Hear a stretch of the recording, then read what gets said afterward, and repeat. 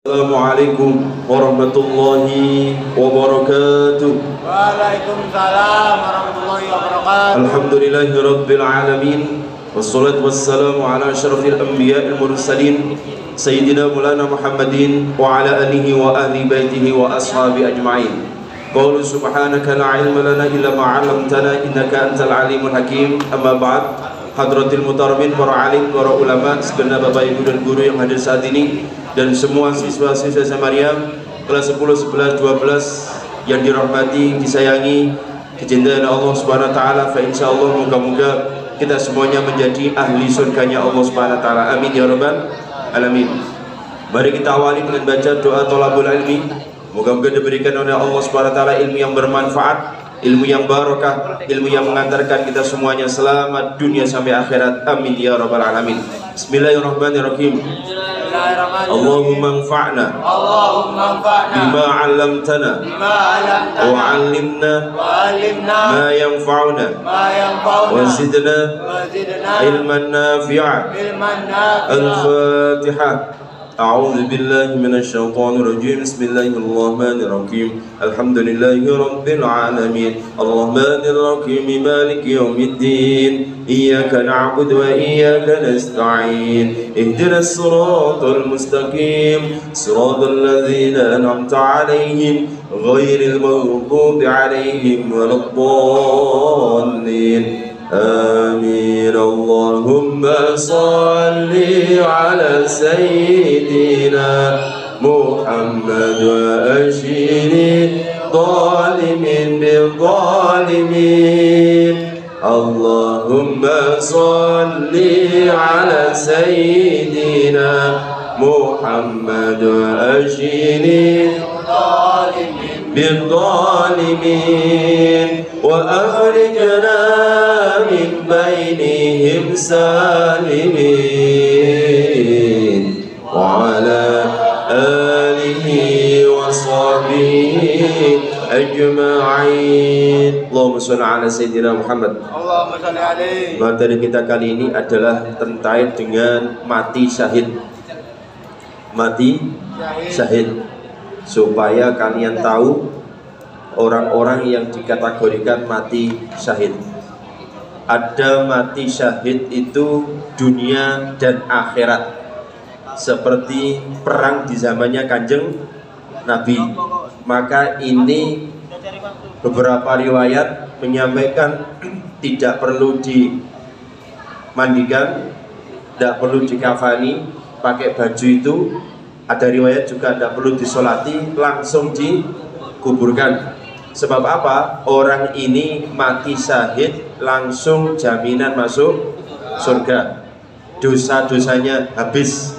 Kecuali kalau memang orang ini mati syahid punya hutang. Itu yang pertama, mati syahid dunia dan akhirat. Kalau sekarang pengen mati syahid ya di Palestina, gimana di sana. Tapi di sana rata-rata kalau mau ke sana ya mati konyol, tidak punya persiapan apa-apa. Yang kedua, mati syahid dunia. Ini mati syahid yang ikut perang, tapi niatnya bukan menegakkan kalimat Allah Subhanahu wa taala. Mungkin pengen pamer, mungkin yang lainnya. Di mati syahid dunia. Yang ketiga, ada mati syahid akhirat, bukan mati syahid dunia. Nah ini banyak mati syahid yang akhirat saja. Siapa saja mati syahid akhirat ini adalah satu, al-mabtun, orang yang meninggal dunia karena penyakit perut. Jadi kalau punya penyakit perut, mules sampai mulesin nemen tingkat tinggi, maka orang ini mati syahid akhirat, alias karena perutnya sakit tingkat tinggi atau sakit akut. Pak, kalau penyakit lambung sampai ngapunten mohon maaf mati syahid juga. Tapi mati syahid akhirat. Mati syahid dunia, mati syahid akhirat perlakuannya sama umum. Dimandikan, dikafani, disolati dan dimakamkan. Beda kalau mati syahid dunia dan akhirat. Yang kedua, yaitu mati syahid karena al-gharik, orang yang tenggelam, masuk air, hap-hap, gak ada sing nulungi, akhirnya mati. Ini namanya mati syahid karena tenggelam. Oke.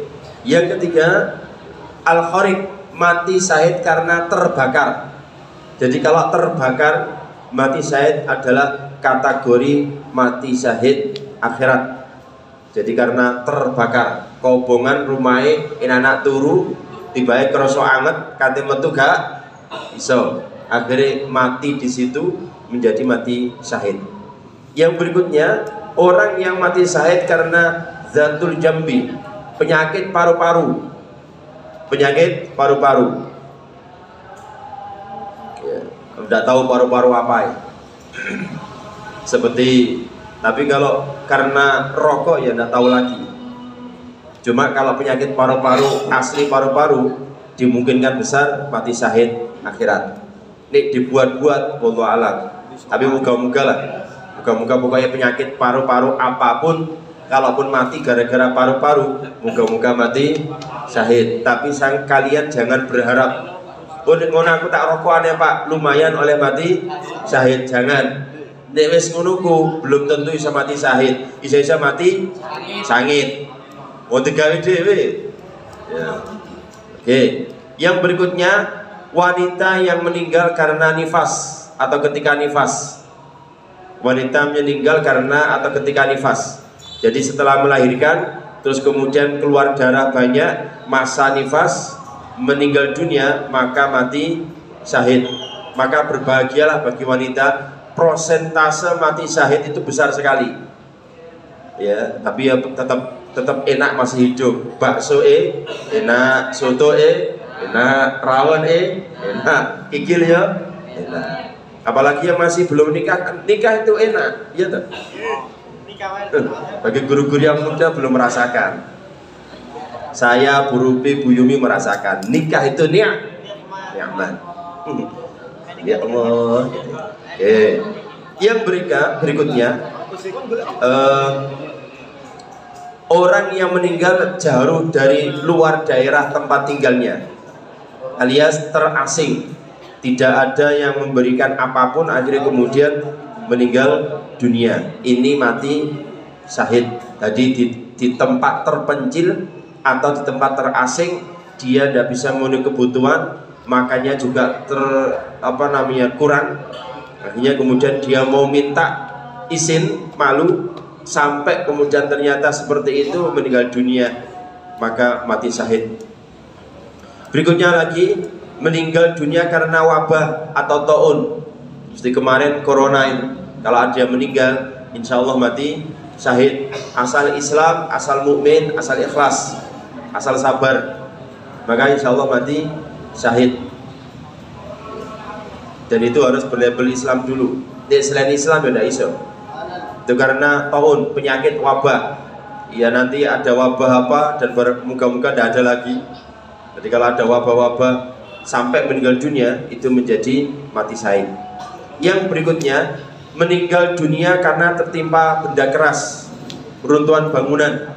Maka yang di Al-Khazini itu rata-rata umumnya saya meyakini adalah para syuhada, orang-orang santri-santri yang mati syahid. Ini luar biasa. Maka berbahagialah bagi orang tua yang kemudian memondokkan, terus kemudian di situ reruntuhan mati syahid. Bahagianya syahidnya, sedihnya mungkin ditinggal. Dan kita berdoa moga-moga keluarga yang ditinggal wafat oleh para santri diberikan oleh Allah Subhanahu wa taala kehidupan yang layak, yang terbaik, diberikan kesabaran, ketabahan. Dan saya amat yakin insya Allah para syuhada itu nanti akan menjemput orang tuanya untuk masuk surganya Allah Subhanahu wa taala. Allahumma amin. Yang berikutnya, meninggal dunia karena berjuang membela hartanya. Punya sepeda, punya mobil, ada jegal atau ada perampok, kemudian dijak gelut, akhirnya kainan kalah, mati syahid. Padahal itu hartanya sendiri. Itu luar biasa. Maka tapi kalau kalian tidak berani untuk berkelahi, ya tidak usah macam-macam.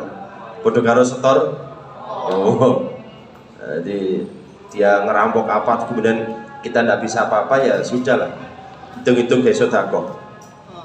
Yang berikutnya lagi mati syahid karena menuntut ilmu. Dan kalian ini sekolah 3 tahun di SMA Maryam, terus kemudian meninggal di saat menuntut ilmu. Apakah berangkatnya di sekolahnya atau pulangnya, baik jadi gurunya maupun santrinya maupun karyawannya maupun semua yang terkait dengan itu, maka bisa dibilang mati syahid. Luar biasa ya. Jadi kita mati syahid itu banyak kesempatannya. Yang berikutnya lagi, orang yang meninggal dunia sengaja memang minta nang Gusti Allah, berdoa rindu nang Gusti Allah, ya Allah matikan, wafatkan saya dalam kondisi syahid ya, terus kemudian dengan caranya Gusti Allah, orang ini atau anak ini atau siapapun terus kemudian ditakdirkan mati syahid, yang mungkin diantara yang saya sebutkan tadi itu mati syahid. Yang berikutnya lagi, mati syahid karena hamil. Jadi kalau perempuan hamil 9 bulan, dalam proses itu tidak tahu kenapa kemudian mati, maka mati syahid. Loh Pak, kalau pas ngeden Pak, ngeluarkan anak itu ya, kalau bahasa Indonesia ini ngeden apa? Ngejan ya? Ngejan toh. Kalau bahasa Indonesia ini, bahasa Jawa ini kan ngeden ya. Terus kemudian mati syahid, maka dia mati syahid. Luar biasa. Terus yang berikutnya, yang terakhir, mati syahid terbunuh karena membela agama dan anggota keluarganya, bela Islam. Ini anak ngaji seperti ini, ada orang non Islam ngajak gelut, kalian berkelahi di luar, yang lainnya tetap ngaji, ada satu yang berani nantang, awakmu jangan macam-macam, akhirnya ketebak-tebak mati, maka mati syahid karena membela agama dalam kondisi ngaji. Membela agama mungkin juga waktu sholat dan macam-macam. Ada di sini imam, kemudian ada orang mau membunuh imamnya, kalian sudah siap, wah ini bahaya ini, akhirnya gelut dengan pembunuhnya itu, maka juga mati syahid. Pokoknya banyak mati syahid ini. Tapi yang jelas bagaimanapun juga kita berharap nang Gusti Allah, kalaupun tidak mati syahid, minimal itu menjadi mati yang husnul khotimah. Maka kanjeng Nabi selalu dalam sholat itu minta, dalam sujudnya itu yaitu minta, Allahumma inna as'aluka husnal khotimah, ya Rabb wafatkan, matikan saya dalam keadaan husnul khotimah. Mintakan itu. Jadi nanti takdirkan mati syahid, alhamdulillah. Itu terpenting. Yang jelas mati dalam kondisi terbaik, nyaman, enak itu indah. Indah sekali. Apalagi kalian berjuang dalam rangka belajar, dalam rangka nuntut ilmu di SMA Maryam, itu luar biasa. Bersyukurlah kita ada di lingkungan Maryam, yang di saat ini kita bisa mengembangkan, bisa nambahin ilmu, bisa dadekno ada jaminan mati syahid jika dalam kondisi hal-hal yang saya sebutkan di atas. Oke, sementara itu moga-moga jadi ilmu yang bermanfaat, ilmu yang barokah, ilmu yang maslahah, dan moga-moga ini menjadi ilmu yang insya Allah dikehendaki menjadikan kita kebaikan dunia sampai akhirat. Yang paling akhir Pak, mati syahid seperti ini bagaimana Pak? Kalau punya hutang bermasalah.